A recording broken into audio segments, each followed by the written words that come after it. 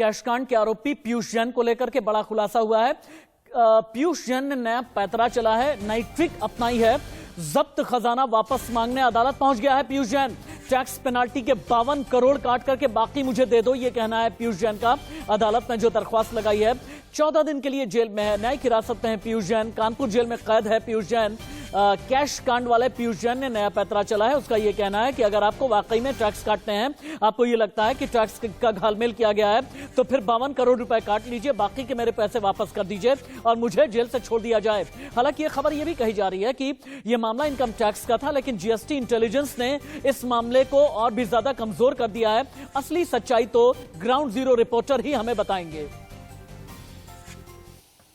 आपको हम ये समझाते हैं कि पीयूष जैन ने नया पैतरा क्या चला है। कैश कांड का जो आरोपी है पीयूष जैन, इसने अदालत में दरख्वास्त क्या लगाई है। पीयूष जैन अदालत में इसने एक एफिडेविट फाइल किया और यह कहा कि जब्त खजाना जो है ना, ये मेरा वापस कर दिया जाए, क्योंकि मैंने इसमें से टैक्स चोरी की है। टैक्स पेनाल्टी के 52 करोड़ रुपए काट दें, बाकी मुझे वापस दे दें, यह पीयूष जैन का कहना है। बरामद सोने की हालांकि दुबई और स्विट्जरलैंड कनेक्शन की जांच अभी भी की जा रही है। बरामद रकम 42 बॉक्स में रखकर बैंक में जमा करा दी गई है। 14 दिन की न्यायिक हिरासत में कैश किंग पीयूष जैन है। कानपुर की जेल में पीयूष जैन अभी भी कैद है। लेकिन पीयूष ने अपने कबूलनामे में क्या क्या बातें कही, अब आप ये भी देखें। पीयूष जैन ने बताया है कि हाँ, कानपुर में मैंने 3 कंपनियां बनाई, 4 साल तक पान मसाला का कंपाउंड मैंने बेचा, 4 साल में गुप्त रूप से कंपाउंड बेचा, किसी को भी फॉर्मूला नहीं बताया। माल किससे खरीदा, किसको बेचा, कोई खुलासा अभी तक नहीं किया है पीयूष जैन ने। टैक्स चोरी के जरिए रकम जमा की है, जितनी भी रकम मैंने इकट्ठा की है, यह कहना है पीयूष जैन का। पीयूष जैन ने बताया कि दुबई में जो लेन देन करता था, वो मैं इसमें अगर मैं कोई कंपाउंड बेचता था या अपना कोई बिजनेस असेट बेचता था, तो वापस से मैं पैसे नहीं लेता था, बल्कि सोने में ही मैं डीलिंग करता था, दुबई में, स्विट्जरलैंड में। यह सब कुछ बताया है पीयूष जैन ने। लेकिन पीयूष जैन की कलंक कथा में सोना किस तरीके से, अब आप ये देखें, जिस सोने की मैंने बात की है, बड़ा खुलासा हुआ है कि इत्र का कारोबारी था चूंकि पीयूष जैन। परफ्यूम का पेमेंट लेने का इसने नया तरीका निकाला था। विदेशों में इत्र का रॉ मटेरियल भेजा करता था, पेमेंट गोल्ड के रूप में लिया करता था पीयूष जैन। दुबई में गोल्ड डीलिंग करता था पीयूष, सिंगापुर से भी गोल्ड डीलिंग की है। टैक्स बचाने के लिए पैसे की जगह सोना लिया। सोने पर से जो सीरियल नंबर होता था, इसे मिटा दिया गया और अभी भी यह पता किया जा रहा है ये दुबई का सोना है या फिर स्विट्जरलैंड का सोना है। इत्र वाले के कैश कांड में अभी तक की रेड में क्या क्या मिला है, एक बार फिर से क्विक रैप अप देख लें आप। 200 करोड़ कैश, 23 किलो सोना, 500 चाबियां, 109 ताले, 18 लॉकर। पीयूष जैन के पास से अभी तक ये सब कुछ मिल चुका है। कन्नौज, जहां पर पीयूष का घर है, कितने कांड किए हैं शख्स ने, नरेंद्र यादव की रिपोर्ट। घर पर मैं मौजूद हूं, ये कन्नौज का उनका मकान है। किस तरीके से उन्होंने अकूत संपत्ति बनाई, जीएसटी की टीम ने जो छापेमारी की, उस छापे में निकले रुपए से आसपास के लोग भी आश्चर्यचकित हैं। उनका कहना है कि उन्हें अनुमान नहीं था कि इतना नकदी और इतना सोना उनके घर पर होगा।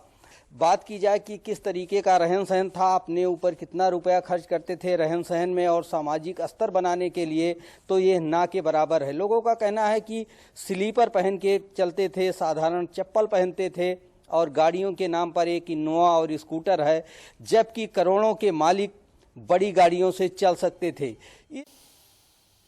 इंडिया न्यूज संवाददाता 2 जगह से मेरे साथ जुड़े हुए हैं। कानपुर से राहुल वाजपेयी लाइव रिपोर्ट करेंगे और इसके अलावा नरेंद्र लखनऊ से लाइव रिपोर्ट कर रहे हैं। सबसे पहले राहुल के पास जाते हुए, राहुल,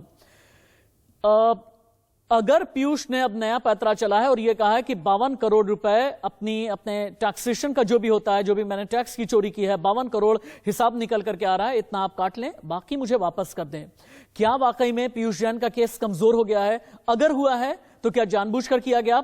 अगर किया गया तो किसने किया?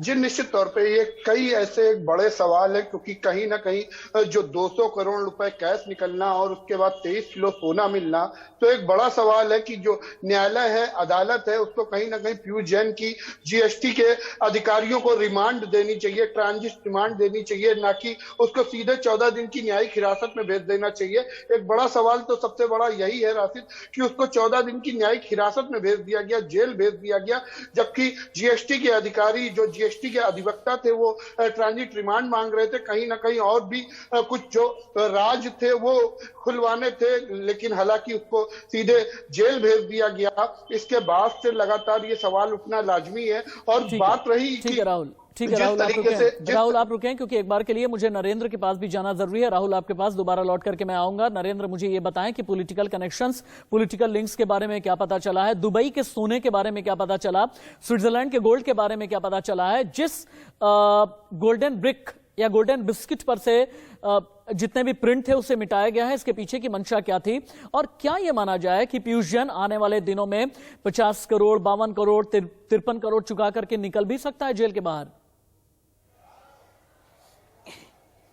देखिए, पीयूष जैन का निकलना बड़ा ही मुश्किल है। जिस तरीके से वो दावे कर रहा है कि जीएसटी का पैसा काट करके उसको वापस कर दिया जाए, उसने चोरी किया है, लेकिन उसको पूरे दस्तावेज देने होंगे कि कितनी मात्रा में उसने इत्र बेचा है और कहां कहां से व्यवसाय किया है। उन सारे व्यवसायियों का नाम भी उसको बताना होगा कितनी मात्रा में है। अगर वो दस्तावेज नहीं दे पाता है जीएसटी टीम को, इनकम टैक्स की टीम को, तो कैसे साबित हो पाएगा कि उसने व्यापार से ही पैसा कमाया है। और विदेशों तक इसके तार जुड़े हुए हैं, जैसे कि खाड़ी देशों से, स्विट्जरलैंड से, उसके बदले उसने जो सोने की बिस्किट लिए हैं, इसकी जांच एक बड़ी प्रक्रिया है, विदेशों तक जांच करनी होगी। तो ऐसे में मांग करना अलग बात है, लेकिन इसको साबित कर पाना एक बड़ी टेढ़ी खीर होगी पीयूष जैन के लिए, क्योंकि कई सालों से रुपए कानपुर से राहुल वाजपेयी आपका, लखनऊ से नरेंद्र में रिपोर्ट कर रहे थे। आप दोनों ही सहयोगियों का बहुत बहुत शुक्रिया। आगे भी आपके जरिए हम और भी अपडेट्स लेते रहेंगे। यहां रुकेंगे छोटे से ब्रेक के लिए, कहीं मत जाइएगा, बस थोड़े से इंतजार के बाद खबरें जारी हैं।